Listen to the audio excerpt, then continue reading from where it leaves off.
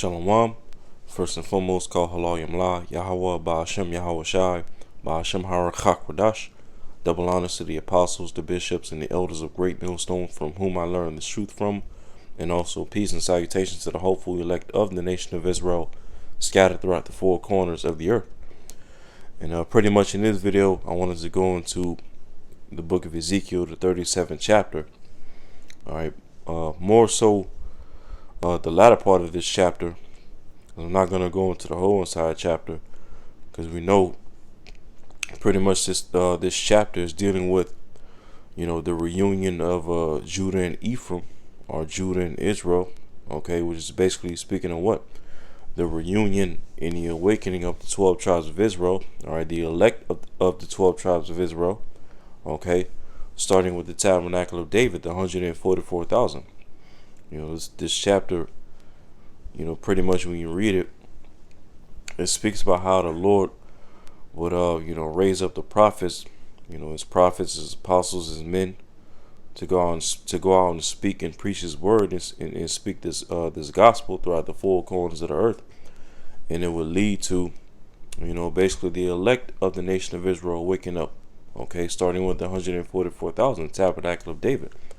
Okay, and so going into it, Ezekiel chapter 37, and I'm gonna start at verse 20.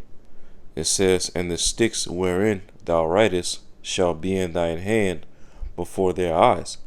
And the sticks, when you read up about a couple verses above, is going into the 12 tribes chart. All right, the 12 tribes chart. That you see brothers, having in their possession when they're out, speaking during the camp speakings. You see brothers having the 12 tribe sign, okay, with all 12 tribes written on it, and who the names of the tribes are to this day. Judah, so-called Negroes; Benjamin, the Jamaicans and West Indians; Levi, the so-called Haitians; Ephraim, the Puerto Ricans; Gad, so-called Native Americans; Issachar, so-called Mexicans. That's the sticks that it's referring to in verse 20 right here, the 12 tribes chart. And again, when you read up about a couple verses above, it goes into how one stick that the Lord instructed Ezekiel to write would have Judah written on it, symbolic of Judah, Benjamin, and Levi. Identifying who Judah, Benjamin, and Levi are on the chart, and as also goes into writing one stick for Joseph, which will be represented by Ephraim. Okay, Ephraim would represent Joseph throughout prophecy, especially end time prophecy. And not only would Ephraim represent Joseph, okay, but the northern tribes as a whole, okay, because Ephraim, the tribe of Ephraim, is the head of the northern tribes, just as the tribe of Judah is the head of the southern tribes, Judah, Benjamin, and Levi. Okay, so as it says again, Ezekiel 37 verse 20, "And the sticks whereon thou writest shall be in thine hand before their eyes." So when you're out, doing your camp speakings and your street teachings, it's necessary to have a 12 tribes chart in your possession, so that, when our people walk up to you, they look at the sign and they ask, okay, they ask about the sign, you got to be able to break down the chart. And it's where you got to be able to properly identify who each tribe is today. Okay? And so it says, verse 21, "And say unto them, Thus saith the Lord power Yahweh, Behold, I will take the children of Israel from among the heathen, whether they be gone, and will gather them on every side, and bring them into their own land." Okay? So the Lord, Yahweh Shemel Shai, all right, when it's all said and done according to prophecy, he's going to gather, all right, the elect of the nation of Israel that's scattered amongst the heathen throughout the four corners of the earth. All right, and Lord will not be of that number, and ultimately bring us back to our land, the land of Israel, okay, to be rebuilt after the Lord destroys that land in World War III. Okay, because the Lord, pursuant to Ezekiel 38, Matter of fact, the very next chapter from here, it speaks about how the Lord is going to use, countries such as Gog and Magog, which is symbolic of Russia in his latter days, to destroy the land of Israel, all right, to nuke the land of Israel, all right, just like the Lord's going to use Russia as a main player to nuke America, Babylon the Great. But the difference is, when the Lord destroys the land of Israel, that land is ultimately going to be rebuilt back up. When the Lord returns us back to that land, okay? Whereas America, Babylon the Great, that land is not going to be built back up. All right, the Lord is going to leave America totally desolate and turn it into one big vast desert, okay, as a memorial of, a land, a kingdom, all right, that's, ruling in total rebellion against Yahweh Shema Shai and corrupted the whole earth. All right. So it says again, Ezekiel 37 verse 21, and say unto them, thus saith the Lord power Yahweh, behold, I will take the children of Israel from among the heathen, whither they be gone, and will gather them on every side and bring them into their own land. You see, and the beginning of the Lord gathering the elect in these latter days, okay, before Yahweh Shai comes back to physically gather the elect throughout the four corners of the earth. The gathering first and foremost starts with the word going out.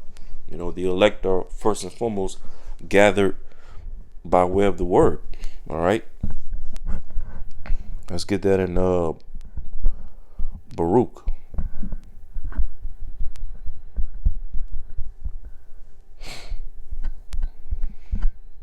All right.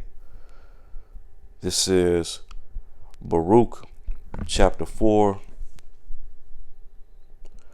Baruch chapter 4, and I'll start at verse 36. It says, O Jerusalem, look about thee toward the east, and behold the joy that cometh unto thee from Yahweh. Verse 37, Lo, thy son is come, whom thou sentest away. They come gathered together from the east to the west by the word of the Holy One, rejoicing in the glory of Yahweh B'Shem Shai.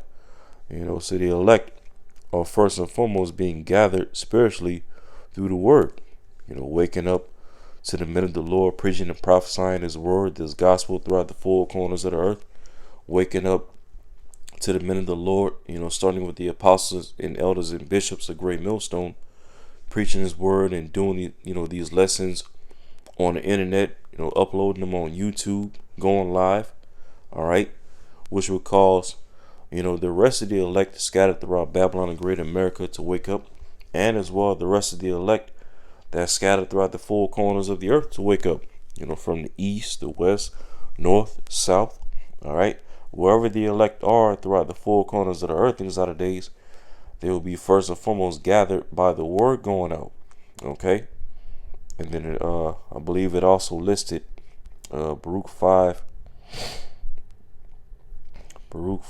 and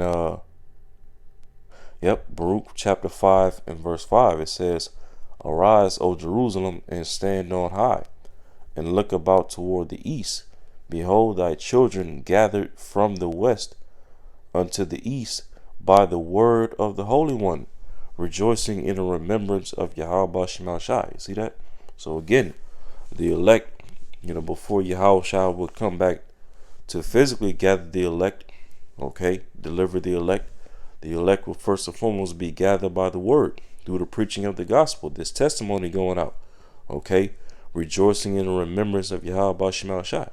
And as Yahweh Shai spoke of in John the 14th chapter, the Holy Spirit would bring us back to our remembrance, okay, bring us back to our remembrance of Yahweh Shema Shai, his laws, his commandments, our nationality, and as well teaches all things, first and foremost teaching us the name of the Heavenly Father and the Son, Yahweh B'Shem Shai, teaching us these scriptures, all right, prophecy, who Esau Edom is, the wicked is in these latter days, who Babylon the Great is in these latter days, all right, and so on and so forth. The elect would be gathered first and foremost by the word before the return of Yahweh Shai, all right, from among the heathen.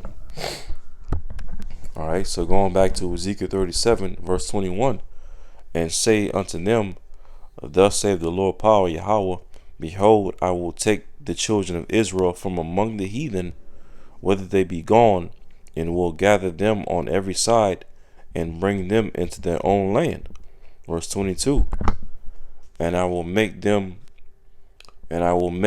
one nation in the land upon the mountains of Israel, and one king shall be king to them all, and they shall be no more two nations, neither shall they be divided into two nations, into two kingdoms any more at all. Yeah, because when the Lord delivers the elect, all right, the tabernacle of David, back to the Holy Land, okay, we're no longer going to be, we're going to be brought back as one united nation again. Okay, it's no longer going to be two kingdoms, northern and southern kingdom, Judah and Israel, or Judah and Ephraim.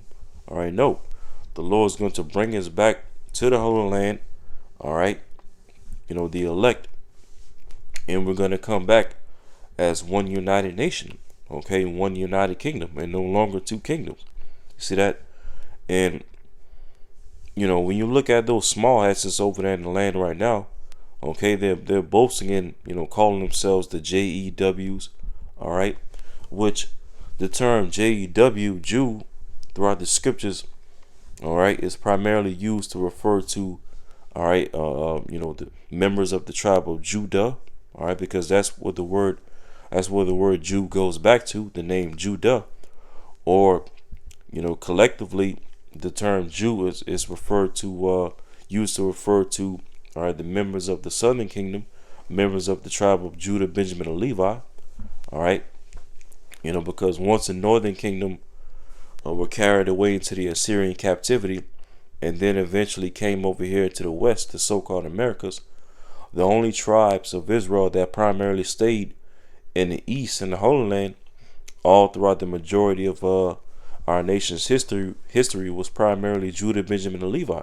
Okay, and pretty much, after Judah, Benjamin, and Levi, came back to the Holy Land after the Babylonian captivity, they were collectively called Jews. Okay, they were collectively called Jews because Judah was the head tribe of the southern kingdom. All right, and as well, the southern kingdom tribes dwelt in a region of Israel known as Judea. Okay, which you had Jerusalem within Judea, you had the temple. All right, so the southern kingdom tribes were collectively called Jews. All right, and those small hats is over there in the land right now. They call themselves the JEWs, which they are not. But you notice you don't never see or hear about them, boasting in the northern tribes. You don't never hear any of those small hats referring to themselves as Ephraim or Gad or Issachar, Zebulon, Naphtali. Okay, and that's just one more example amongst many examples proving that those small hats being in the land of Israel right now aren't the fulfillment of the true Israelites returning back to that land. All right, because as we're reading right here in Ezekiel 37, pretty much the latter part of this chapter, when the true Israelites will be brought back to that land, okay, first and foremost, they will be brought back to that land upon the return of the Messiah, okay, Yahweh Shai. That's first and foremost.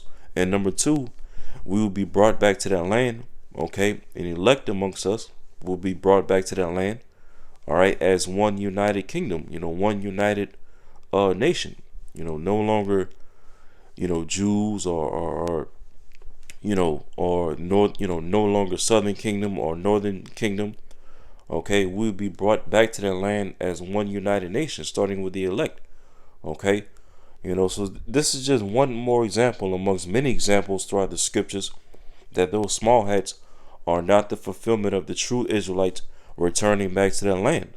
Okay, and so as it reads again, Ezekiel 37 verse 22, and I will make them one nation in the land upon the mountains of Israel, and one king shall be king to them all, and they shall be no more two nations, neither shall they be divided into two kingdoms any more at all.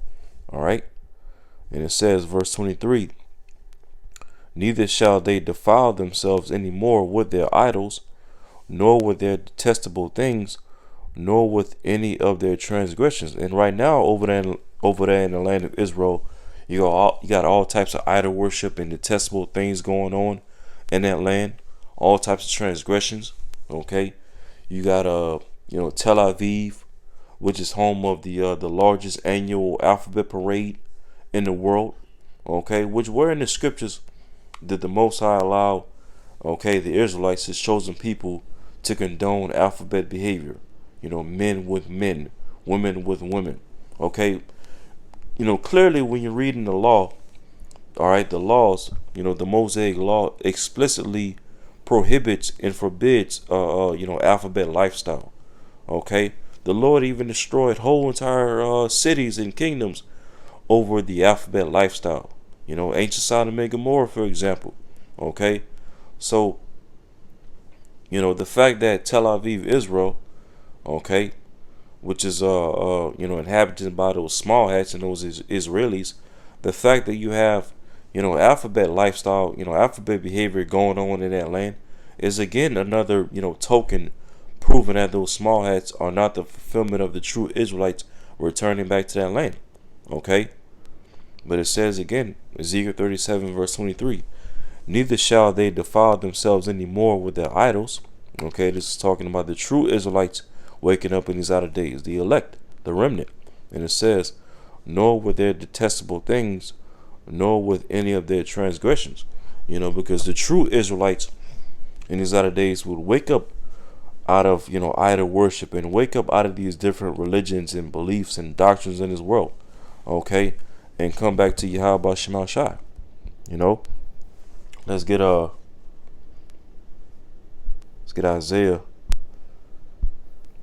Isaiah 30 and verse 20. It says, and though the Lord Yahweh give you the bread of adversity and the water of affliction, okay, because the true Israelites in these latter days will be going through affliction, okay, adversity, catching hell, captivity. And right now, when you look at those small hats over, ever since they were brought to that land in 1948, have they been going through any form of adversity or affliction? All right, the answer is no. Okay, but instead, what? They've been having the sovereign power and the sovereign military to bomb and destroy, okay, to oppress, all right, and at the same time, backed by America and the UK and its beast system, to go forward with all these, evils and atrocities and wickedness that they're doing in that land. All right, the true Israelites in these latter days wouldn't be doing any of these things, nor would they have the power to do any of those things, nor would we be sovereign. Okay, as it just read, the Lord would give us the bread of adversity and the water of affliction, meaning what? The true Israelites would be catching hell in these latter days. All right, scattered among the heathen, in captivity, subject to fines and payments, being oppressed.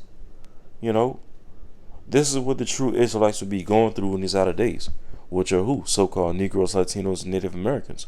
But it says, Isaiah 30 verse 20 again, and though the Lord give you the bread of adversity and the water of affliction, yet shall not thy teachers be removed into a corner anymore. Meaning what? Our true teachers wouldn't be hidden in these outer days, because that's what you do. When you put things into a corner, it basically meaning you would hide things. All right, but the true teachers, all right, the true prophets, apostles, and men of the Lord wouldn't be hidden in these outer days.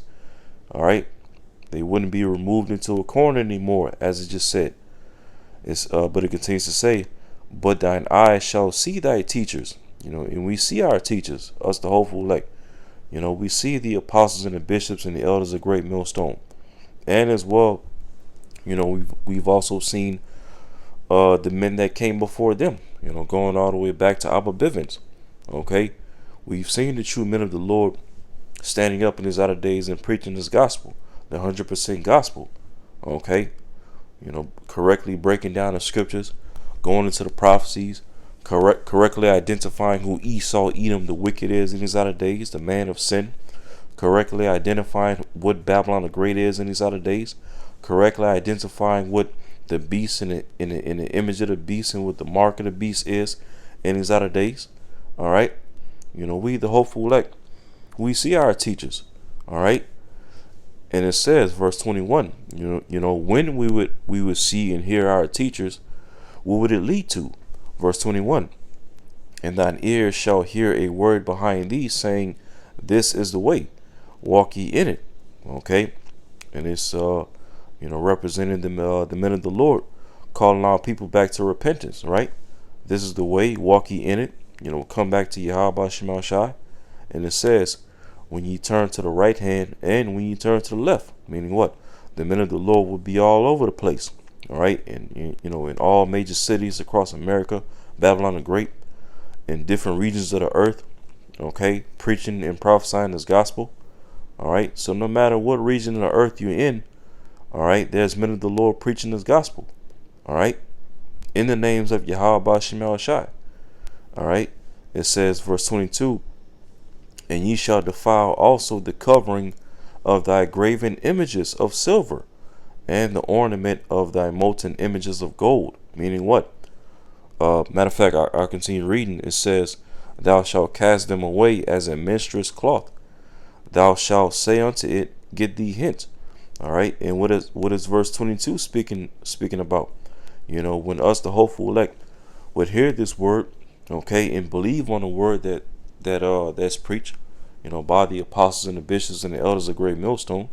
All right, we would basically turn from idols and turn from idolatrous practices. We would turn from Christianity, Catholicism, Islam, and all these other religions and beliefs that we were once a part of and believed in before we eventually came into the truth.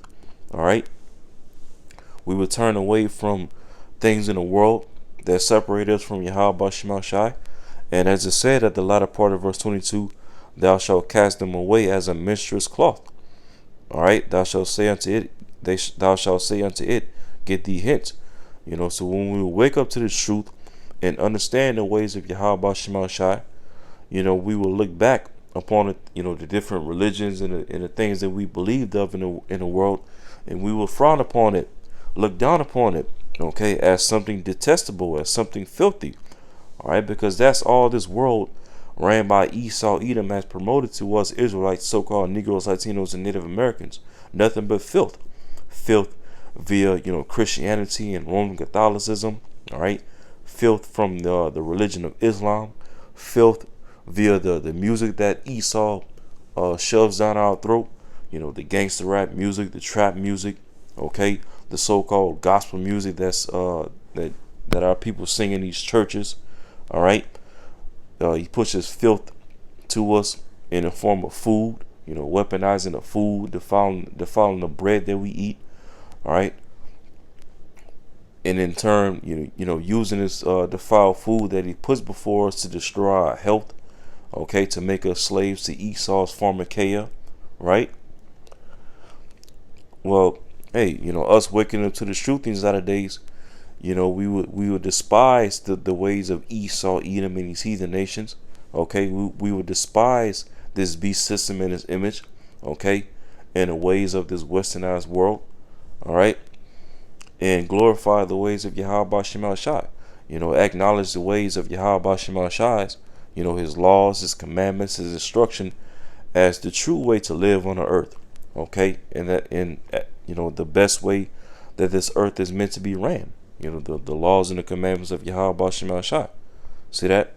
But it would all start with, okay, the men of the Lord preaching this gospel via the Ruach HaKodesh. Okay, so going back to Ezekiel 37, and I believe I stopped at verse 23. It says, neither shall they defile themselves any more with their idols, nor with their detestable things, nor with any of their transgressions. Because once his word will be preached, and we, the hopeful elect, will wake up to this word, we will cast away the idols and cast away the detestable things as a minstrel's cloth, as it said in Isaiah 30, right? And it says, but I will save them out of all their dwelling places, wherein they have sinned, and will cleanse them. So shall they be my people, and I will be their God, their power. See that? So the Lord is getting ready to save the elect of his people, the elect of the nation of Israel, all right, amongst all 12 tribes. Lord will not be of their number, okay? And as I said, wherein they have sinned, all right, and will cleanse them, all right? And as the scripture says in Psalms 119, how are we being cleansed? We the hopeful elect, the remnant, how are we being cleansed in these latter days? All right, Psalms 119. Yep, this is Psalms chapter 119, verse 9. It says, "Wherewithal shall a young man cleanse his way? By taking heed thereto, according to thy word." See that? So we, the hopeful elect, the remnant of the nation of Israel, were being cleansed, all right, and purified and sanctified by this word, all right? Because, this word is the true baptism of Yahweh Shema Shah. Not being dipped in water, not having somebody dip you into a dirty river, dirty bayou water or a lake. No, the true baptism of Yahweh Shema Shah is being immersed in His word, being dipped into this word, okay, which is likened to what? Rivers of living water. See that? So that's how we, the hopeful elect, are being cleansed in these outer days, as the Lord is getting ready to deliver and gather us. And so it says, verse 24, Ezekiel 37, verse 24, the Davidic Kingdom, as you see the subheading at the top, all right, Ezekiel 37, verse 24, "And David my servant shall be king over them," all right, and they all shall have one shepherd. And it says, they shall also walk in my judgments and observe my statutes and do them. Okay. It says again, "And David my servant shall be king over them, and they all shall have one shepherd." See that? Because, hey, a major reason as to why the Lord is raising up the elect amongst all 12 tribes in these latter days is because, as it speaks of, let's go to Amos, the 9th chapter.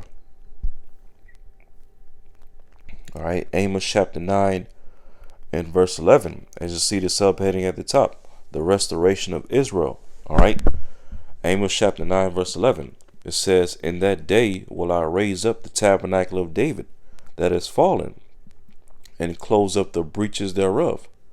A breach. A breach represents an opening. Like when you breach a wall or you breach a door. And basically it means what? You create an opening within that wall or within that door. So when it says, "and close up the breaches thereof," okay, basically meaning what? The Lord is going to close up the separation between the northern and southern kingdom of the nation of Israel. And it will start with what? The Lord raising up the tabernacle of David. Okay, the elect amongst the nation of Israel, starting with the 144,000. All right.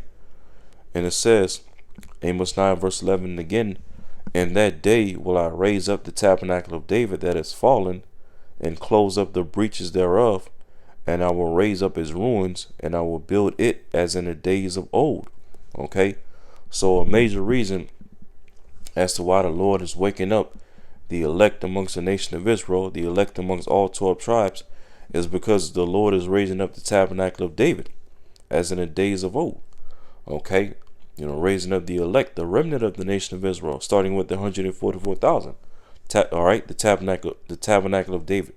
Because when you go into the book of Revelation, well, Revelation the 7th chapter, as well as Revelation the 14th chapter, it speaks about the 144,000. 12,000 out of each 12 tribes of the nation of Israel. Okay, 12,000 men, elect men out of each 12 tribe. Okay, and now, what is the significance of the 144,000? All right, the 144K, starting with the 12 apostles, represents the governing body that's going to rule under Yahweh Shai in the kingdom of heaven. You see that? That's the governing body that's going to rule under Yahweh Shai in the kingdom of heaven. The 144,000, the tabernacle of David. You see that? And the beginning of the tabernacle of David being raised up starting when Yahushua came on the scene. Okay, when he raised up, all right, Peter, James, John, and the rest of the apostles. Okay, that was the beginning of the Most High raising up the tabernacle of David right here. Okay, starting with Yahushua raising up the 12 apostles. Okay, and when we go to the book of Acts, chapter 1 and verse 6. Okay, this is the apostles, Peter and the apostles asking Yahushua a question, before Yahushua was taken back up to the heaven to sit at the right hand of the Most High. This is Acts chapter 1 verse 6. It says, when they therefore were come together, they asked of him, saying, Lord, wilt thou at this time restore again the kingdom to Israel? All right, and you got to ask yourself, exactly what kingdom, all right, are Peter and the apostles asking Yahushua about in this verse? What kingdom of Israel are they referring to right here? All right, they're referring to basically the tabernacle of David. Okay, the kingdom, and the rulership and the sovereignty that we once had in the ancient times under the rulership of King David. Okay, which was continued and forwarded by Solomon. All right, King Solomon. And what was the significance of the dominion that we had under King David and King Solomon? We were ruling in the Holy Land as a sovereign nation. Okay, as a joint nation. Where all 12 tribes, both southern and northern kingdom, were ruling jointly together. Under David and Solomon. All right, which let's see, 2 Samuel chapter 5 and in verse 1, as you see the subheading at the top, David king over all Israel. All right, 2 Samuel chapter 5 and verse 1, it says, then came all the tribes of Israel to David unto Hebron, and spake, saying, behold, we are thy bone and thy flesh. Meaning what? Basically, we're your people, we're your kindred, right? It says, verse 2, also in time past, when Saul was king over us, thou wast he that led us out and brought us in Israel. And the Lord Yahweh said to thee, thou shalt feed my people Israel, and thou shalt be captain over Israel. See that? Because the Lord ultimately when Saul went off and disobeyed against the Most High, and rebelled against the Most High, by not slaying all the Amalekites, in the land of Edom during the time of King Saul's rule. All right, the Lord basically rejected Saul from being king, and he eventually appointed and as well anointed. All right, he appointed and anointed, right, King David to be the next king to rule over all Israel after Saul. All right, and so here we see in 2 Samuel the 5th chapter, okay, we see our people, our forefathers, basically being down with the Lord's plan. All right, to accept, David being king over all the 12 tribes. Verse 3, 2 Samuel 5 verse 3, it says, so all the elders of Israel came to the king to Hebron, and King David made a league with them in Hebron before the Lord, and they anointed David king over Israel. See that? So, our forefather King David ruled over all Israel, over all 12 tribes. And this is ultimately this same kingdom, this same government body that the Lord is raising up in these other days, starting with the 144,000. Okay, because not only did the house of David rule over all Israel, okay, but when you go to the 8th chapter in 2 Samuel, what did the house of David, the tabernacle of David, do to the heathen nations in the days of old? Okay, pretty much, I'm not going to go into this chapter per se, but pretty much when you read into this chapter, 2 Samuel, the 8th chapter, it speaks about how David, and his men smote the Moabites, all right, and took down the Moabites. You know, we took down the Syrians, which is another heathen nation, all right. You know, we took down the Ammonites, another heathen nation, all right, and as well as it goes into in verse 14, 2 Samuel 8, verse 14, and he put garrisons in Edom. Throughout all Edom, he garrisons, which you can go into a garrison is basically like a military base, basically. And it says, and all they of Edom became David's servants, and the Lord Yahweh preserved David wheresoever he went. See that? So that's how the tabernacle of David got down on these heathen nations in the ancient times. Okay, we subdued the heathen. We put them under our feet. We put them under subjection. Okay, and then pretty much when you go into First Kings and you read about the dominion of Solomon, King Solomon pretty much continued this rulership. He continued this legacy. Solomon and his government, the tabernacle of David, that was continued. Basically kept the heathen nations under subjection. We put the heathen to work. We had certain of the heathen build our temple and build our palaces and our cities and whatnot. Okay, and then of course, eventually what? We know Solomon eventually went off. He bowed down to the idols of the heathen nations. Okay, taking on heathen women to be his wives, and bowing down to the idols of those heathen nations that those wives descended from. Okay, which eventually led to what? The Lord causing the nation to split, northern and southern kingdom, and pretty much from the fall of King Solomon, we've been in a continual downward spiral, going from one captivity to another, being split from one end of the earth to the other. Okay, leading all the way up to here, to our captivity here in Babylon the Great America, where Judah and Israel will be oppressed together, right?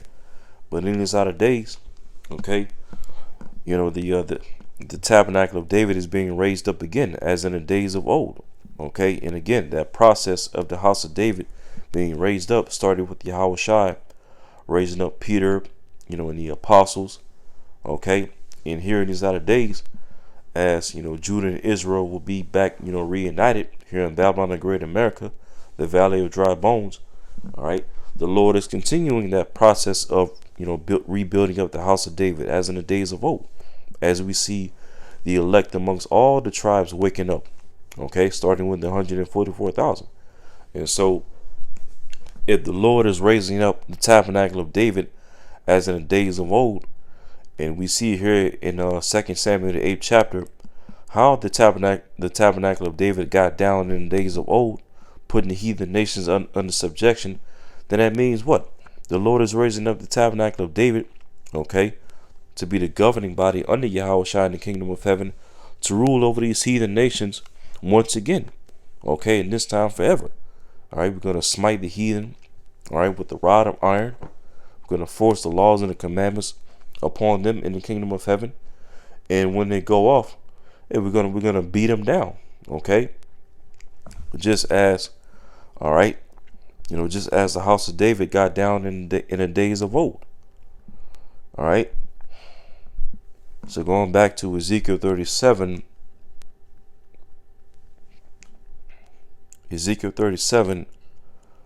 and verse 24 again. And David my servant shall be king over them, and they all shall have one shepherd. They shall also walk in my judgments, and observe my statutes, and do them. Verse 25. And they shall dwell in the land that I have given unto Jacob my servant, wherein your fathers have dwelt, and they shall dwell therein, even they and their children, and their children's children forever. Okay, showing you that we're going to have children in the kingdom of heaven. We're going to be fruitful and multiply in the kingdom of heaven.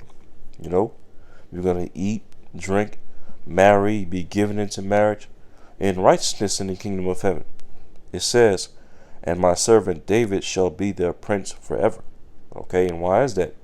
Because David, all right, which if you can receive it in the spirit, the apostle Peter, who is David, is going to be second in command directly under Yahweh Shai in the kingdom of heaven. All right, because you got to understand this. Again, the process of the tabernacle of David being raised up started with Yahweh Shai, raising up the 12 apostles, starting with the apostle Peter. And so, he pretty much got to understand it in the spirit. If Yahweh Shai began the process of the rebuilding of the tabernacle of David, and his first disciple that he recruited was the apostle Peter, then in the spirit that should let you know that the apostle Peter has to be King David. All right, because how could you raise up the house of David or the tabernacle of David with no David? You see that? So the apostle Peter would indeed have to be King David. Okay, the second in command under Yahweh Shai within the house of David. See that? So verse 26, Ezekiel 37, verse 26, it says, moreover, I will make a covenant of peace with them. It shall be an everlasting covenant with them, and I will place them and multiply them, and will set my sanctuary in the midst of them forever. Okay? So as I read again, moreover, I will make a covenant of peace with them.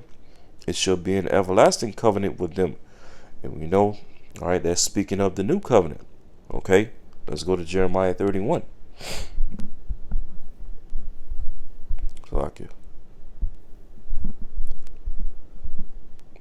right, Jeremiah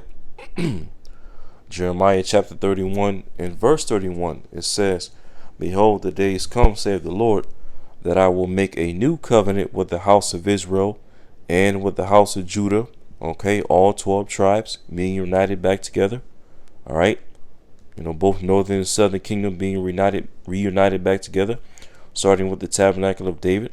All right, the Lord said he's going to make a new covenant with the house of Israel and the house of Judah. All right, verse 32, not according to the covenant that I made with their fathers in the day that I took them by the hand to bring them out of the land of Egypt, which my covenant they break, although I was an husband unto them, saith the Lord. And so basically meaning what? This new covenant that the Lord is going to make with us, okay, is not going to be based on writing the laws and the commandments upon stone tablets. All right. But it says, verse 33, but this shall be the covenant that I will make with the house of Israel after those days, said the Lord. And you notice right here in verse 33, it says, but this shall be the covenant that I will make with the house of Israel. Now, up in verse 31, the Lord said he's going to make a new covenant with the house of Israel and the house of Judah. And so in verse 33, why does it just say just the house of Israel?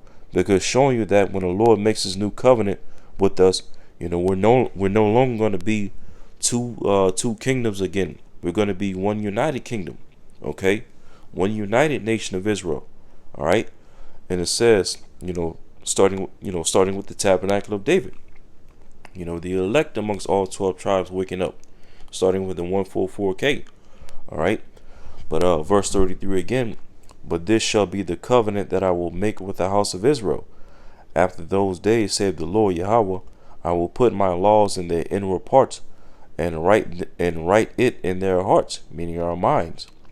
All right, and will be their power, and they shall be my people. Okay, so the Lord, when he makes his new covenant with us, all right, upon the return of Yahweh Shai Mashiach, he's not going to write his laws on stone tablets no more as he did, when we came out of Egypt. No, this time the Lord's going to write his laws and his commandments and his instructions, all right, within our inward parts, meaning what? He's going to program the laws and the commandments within our minds, within our lives, within our spirits, right? Because upon, us receiving a new covenant, we're also going to receive new bodies, all right, which 1 Corinthians, the 15th chapter speaks to that. And also, I believe Philippians, the 3rd chapter speaks about the new bodies as well. how we're going to be, how, where it talks about how Yahweh Shai is going to change us out of these vile bodies and fashion us like unto his glorious body, roughly paraphrasing it. Okay. The new bodies are only for Israelites. And therefore, as we're reading here in Jeremiah 31, the new covenant is only for Israelites. You see that? The new bodies and the new covenant is only for Israelites. Okay?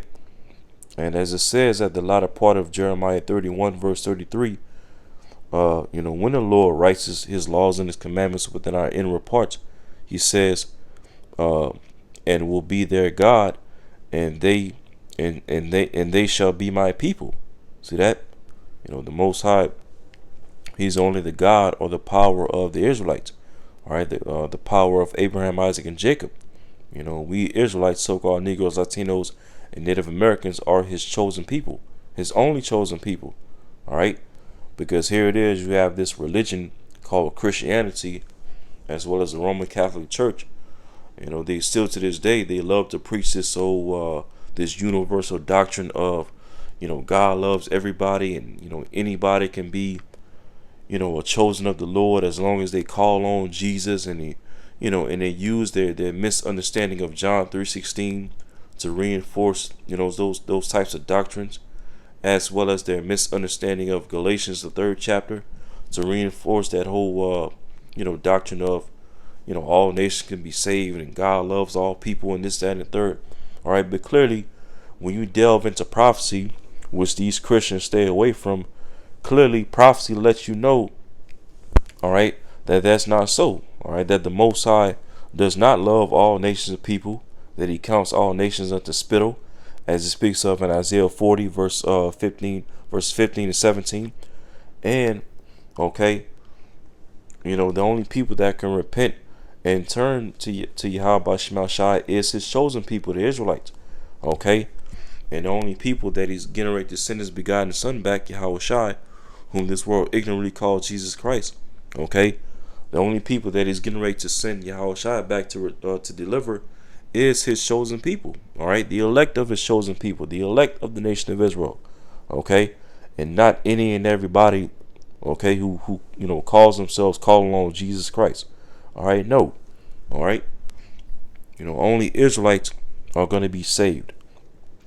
And only Israelites are going to be entered into this new covenant that we're reading of. And therefore only Israelites are going to receive the new bodies to receive the new covenant upon the return of Yahweh Shai. All right? And then Jeremiah 31 verse 34, it says, and they shall teach no more every man his neighbor and every man his brother, saying, know the Lord, for they shall all know me, from the least of them unto the greatest of them, save the Lord. Okay, meaning what? Then once we Israelites are into this new covenant, we're no longer going to have to teach our people the laws and the commandments and the ways of Yahweh Shema Shai, because it's going to be automatically programmed into us via the new bodies. Okay, but the heathen, on the other hand, the heathen are going to have to be taught the laws and the commandments. Okay, and Isaiah the 2nd chapter goes into that. Where it talks about how the heathen are going to be going up to Jerusalem to learn of the laws and commandments and the ways of Yahweh Shema Shai. It speaks about how we're going to rebuke the heathen, and that the heathen are going to learn the ways of war no more. All right. If the heathen are going to have to be taught the laws and the commandments and the instructions of the Lord, then that right there shows that the heathen are not going to be entered into this new covenant that we're reading of right here, because that's only for the Israelites. All right. And then it says, the latter part of verse 34, for I will forgive their iniquity and I will remember their sin no more.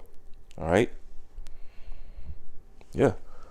So this is basically breaking down, okay, this covenant of peace, this everlasting covenant that the Lord promised us back in Ezekiel 37 and 26.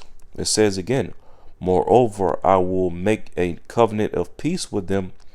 It shall be an everlasting covenant with them, and I will place them and multiply them, and will set my sanctuary in the midst of them forevermore. All right, verse 27.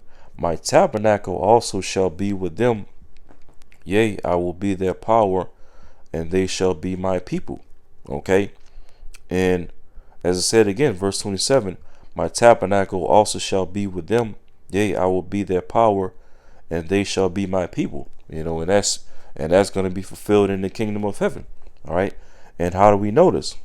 All right, when we go to Revelation 21,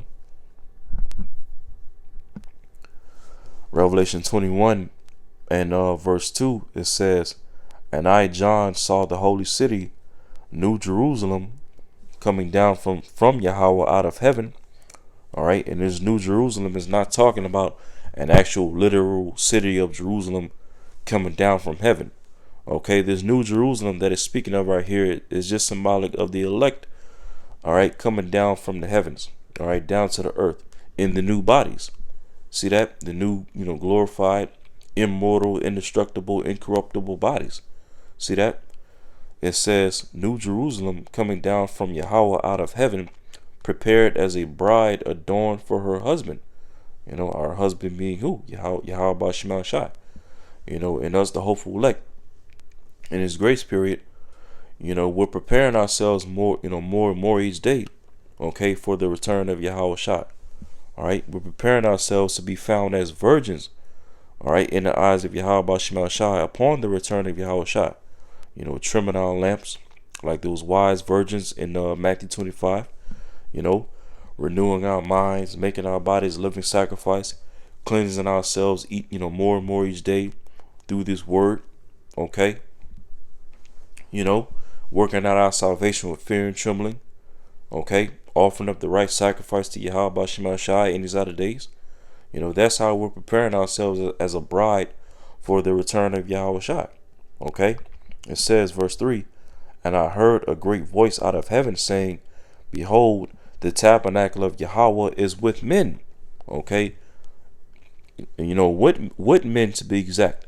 The 144,000 elect men of the 12 tribes of Israel. See that? Lord will not be of that number. It says, behold, the tabernacle of Yahweh Bashim Shai is with men, and he will dwell with them, and they shall be his people, and Yahweh himself shall be with them and be their power. You see that? And as we read, here in verse 3, this is quoting basically from Ezekiel 37 verse 27 that we read of a few minutes ago. And as a matter of fact, I bet if we go to the cross reference, right here under in the cross reference under behold, right? Notice what's one of the scriptures that you see in there? Ezekiel 37 verse 27, okay, that we just read. Which, let's go back to it. All right, Ezekiel 37 verse 27 again. It says, my tabernacle also shall be with them, yea, I will be their power, and they shall be my people. And this is going to be fulfilled in the kingdom of heaven. So showing you that, Ezekiel 37, basically Ezekiel the 37th chapter is a mixture of, prophecies that's currently already happening right now. Okay, which this chapter goes into what? The elect of the nation of Israel. Okay, waking up through the preaching of the word out of the valley of dry bones, America, Babylon the Great. Okay, and it would all lead to what? The Lord entering us into the new covenant, a covenant of peace, as it speaks of here in verse 27. And then it would ultimately lead to what? As we just read in verse 27, the Lord's tabernacle being with us. All right, the 144,000, the governing body under Yahweh Shai, and that the Lord, what, will be our power, and that we're going to be his people forever. Okay, which we were always his people from the beginning. But when the Lord enters us Israelites into that new covenant, that's going to be the final step of us being, joined and married to Yahweh Bashim Shai forever. See that? because that's what a covenant does, right? A covenant is basically what? A contract or an agreement, a promise, you know. And when we were under that first covenant, we were married to the Lord, right? Through a blood sacrifice, okay? But then eventually what? Our forefathers broke that first covenant. We committed adultery against the Lord, so to speak, right? Spiritual fornication, spiritual adultery, being mingled amongst the heathen, learning their works and bowing to their idols, which eventually led to what? The Lord kicking us out of the house, so to speak, casting us out of the Holy Land and bringing us from one captivity to another captivity to another captivity, and eventually bringing us into captivity here in America, Babylon the Great. All right. But now in these latter days, the Lord is raising up the remnant, the elect, out of this valley of dry bones, America. Okay. And raising up the elect and gathering the elect, first and foremost through the word. Okay. And, we, the hopeful elect, through this word, we're cleansing ourselves, purifying ourselves, preparing ourselves as a bride for our husband, the return of Yahushua. Okay. For the purpose of what? To be entered into the new covenant.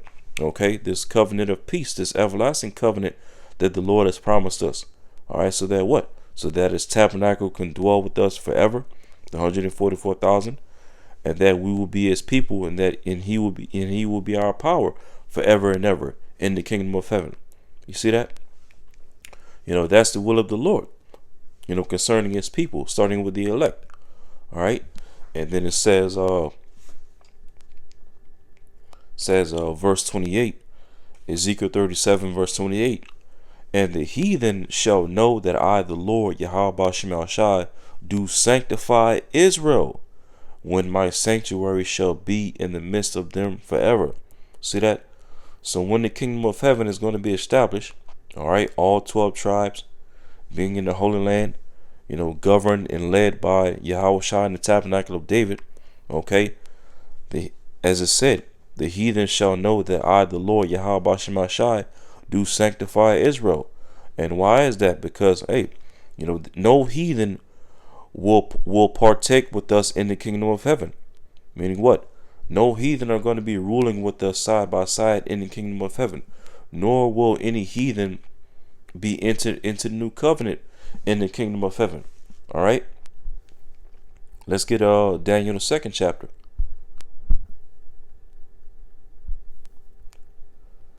All right, Daniel chapter 2, verse 44. You see at the top of the screen the subheading, the divine kingdom.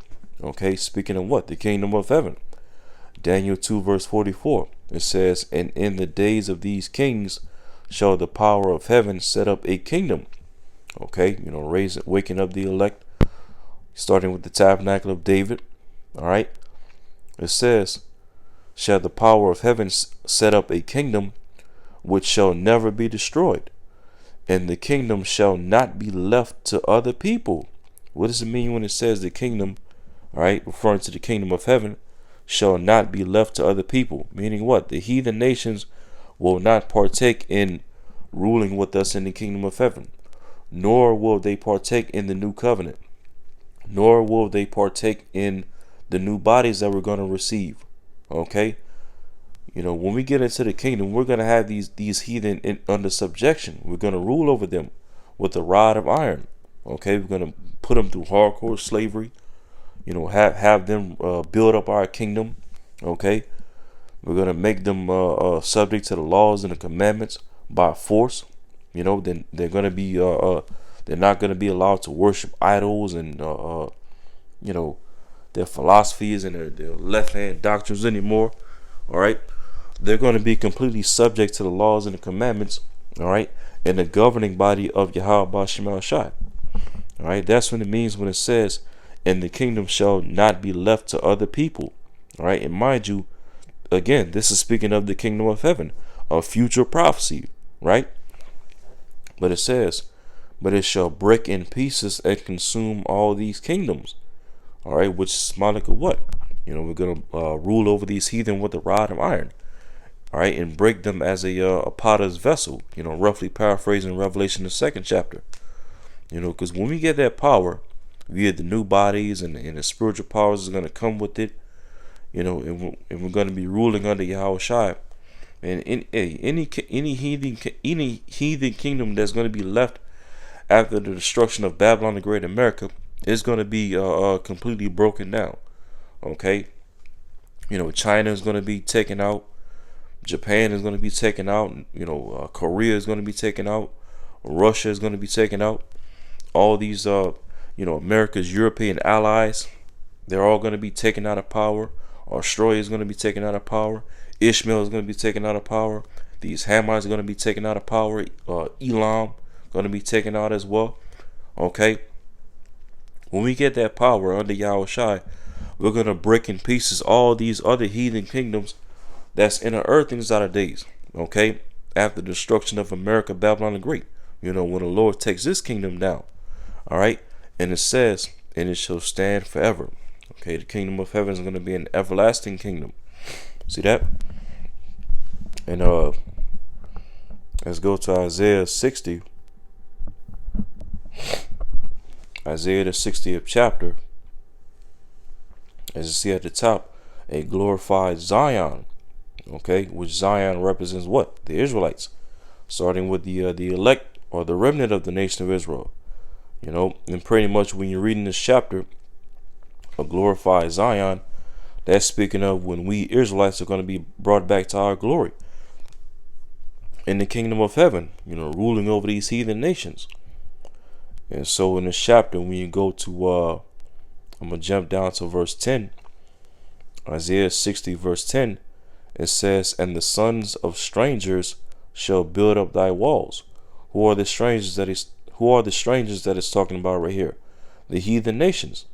When we get into the kingdom and subdue these heathen, as it said, they're going to build up our walls. Meaning what? They're going to build up our cities. They're going to build up our homes, our mansions, our palaces, right? We're going to put them to work. It says again, and the sons of strangers shall build up thy walls, and their kings shall minister unto thee. So not only are we going to have the heathen in slavery under us, but their slavery is going to start with their kings and their nobles being subject unto us, which Psalms the 149th chapter goes into that. It talks about how we're going to have their kings and their nobles in chains and fetters of iron, right? Because just like anytime when one nation conquers another nation, when one nation conquers another nation, and they bring that conquered nation into captivity, or subject unto them, who did they usually start with? They usually start with their nobles, their kings, their princes, their nobles. All right, because when you take down another nation or another kingdom, you first and foremost you gather up the cream of the crop of that kingdom, so to speak. You gather up the best of their society to be subject unto you. Their best engineers, their best carpenters, their best physicians. Basically the cream of the crop of that society or that kingdom or that nation that you conquer, right? And so that's what the kings and the nobles represents. The cream of the crop of these heathen nations. When we get these heathen into captivity, we're going to start with their kings and their nobles and their princes. All right. And so it says again, Isaiah 60 verse 10, and the sons of strangers shall build up thy walls, and their kings shall minister unto thee. For in my wrath I smote thee, but in my favor have I had mercy on thee. Verse 11, therefore thy gates shall be open continually, they shall not be shut day nor night, that men may bring unto thee the forces of the Gentiles, and that their kings may be brought. Okay, and let's go into this word forces. All right, that men may bring unto thee the forces of the Gentiles. All right, let's go into this word forces.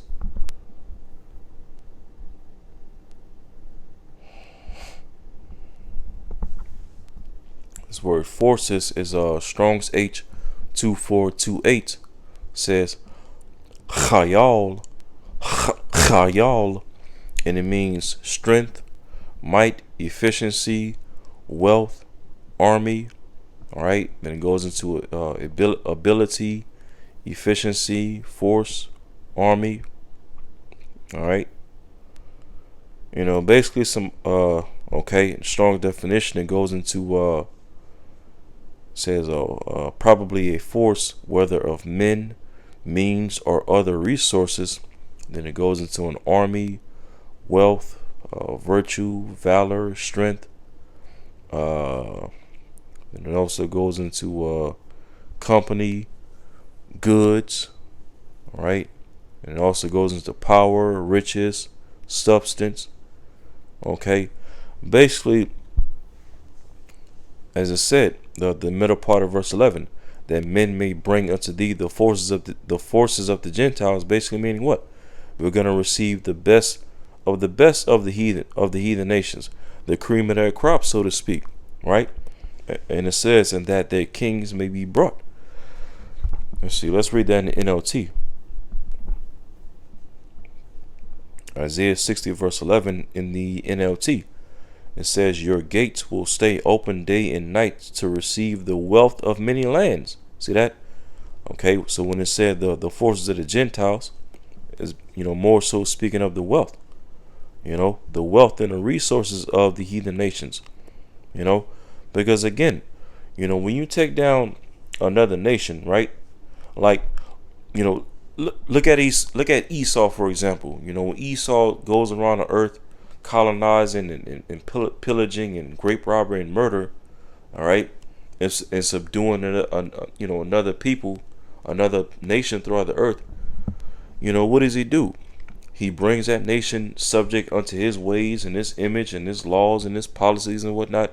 And then also what? He gains control over their riches, their wealth, their resources, their natural resources. He gains control over their oil resources, their minerals and things like that. Because when you take down another nation in another land, those are the things that you do upon a land that you conquer. You take over its riches, its resources, its wealth. You see that? So when we take down all these heathen nations throughout the earth, all right, we're also going to take over the wealth and the riches of these heathen as well. And so as it says again, Isaiah 60 verse 11, therefore thy gates shall be open continually, they shall not be shut day nor night, that men may bring unto thee the forces, all right, or the wealth, or the resources, or the riches of the Gentiles, the heathen nations, and that their kings may be brought. See that? In verse 12, for the nation and kingdom that will not serve thee shall perish. Okay, meaning what? Whatever kingdom or heathen nation that's going to try to buck up against us and not serve slavery under us, all right, we're basically going to come down upon them and beat them down with the rod of iron. All right, and it says, yea, those nations shall be utterly wasted. See that? And that's the type of power that we as Israelites, starting with the tabernacle of David under Yahushua, are going to have over these heathen nations. See that? And see, that's again another aspect of why the Lord is raising up the tabernacle of David as in the days of old, because we were doing all these things to the heathen, in the ancient times, as we read of in 2 Samuel the 8th chapter. We had the heathen nations serving slavery under us. Okay, we had control over their riches and their resources. We had their kings and their nobles serving slavery under us. And any of these heathen that refuse to serve us, and refuse to serve slavery under us, we beat them down. All right, we're doing all these things during the days of David, in the days of old. And guess what? As the tabernacle of David is going to be raised up in power again in the kingdom of heaven, we're going to do the same thing again to these heathen nations in the kingdom of heaven. All right, but this time forever. All right, under Yahweh Shai. You know. So Ezekiel 37 in verse 28 one more time. And the heathen shall know that I, the Lord Yahweh Shai, do sanctify Israel, when my sanctuary shall be in the midst of them forever. All right, let's see what this word sanctify goes into.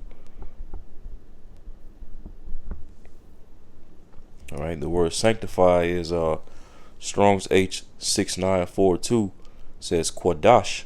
Quadash. All right, and it means to consecrate, sanctify, prepare, all right, dedicate, be hallowed, be holy, be separate, all right, so basically be separated, be set apart, be made holy, and that's what the Lord's going to do for us Israelites against these heathen nations. He's going to separate us, make us holy, okay, put us above these heathen. As a matter of fact, because what does it say in Deuteronomy 7 verse 6? As the Lord commanded Moses to speak to the nation of Israel. Deuteronomy 7 and 6, oldie but goodie. It says, for thou art an holy people unto the Lord thy power, Yahweh. The Lord thy power, Yahweh, hath chosen thee to be a special people unto himself, above all people, all right, above all these heathen that are upon the face of the earth. See that? And guess what? Right now, we've been, due to the curses, we've been made below these heathen, serving these heathen, being subject to fines and payments, in captivity, scattered amongst these heathen. But guess what? When the Lord gathers us Israelites, starting with us, the hopeful elect, we're going to be made holy and separate unto Yahweh Shai, and be made special to Yahweh Shai once again, okay, and be set above all these heathen nations once again, all right, in the kingdom forever under Yahweh Shai. See that? Hey, so the Lord's going to sanctify us before these heathen, in which, right now, on a certain level, the Lord is already sanctifying and setting apart his elect before these heathen right now, through this ministry. And guess what? As we're going to go from glory to glory, the Lord is going to sanctify us, the hopeful elect, even more before the eyes of these heathen. Okay, to bring us to the glory of the kingdom under Yahweh Shai. And again, no heathen will partake in the kingdom of heaven. In the aspect of ruling with us in the kingdom of heaven. No heathen will partake in the new covenant, and no heathen will partake in the new body. Okay, all those things are only reserved for us Israelites, starting with us, the hopeful elect, the tabernacle of David. All right, and so so pretty much with that being said, that's pretty much all I want to get into in this chapter. So Lord willing, this video is edifying, and until next time, shalom.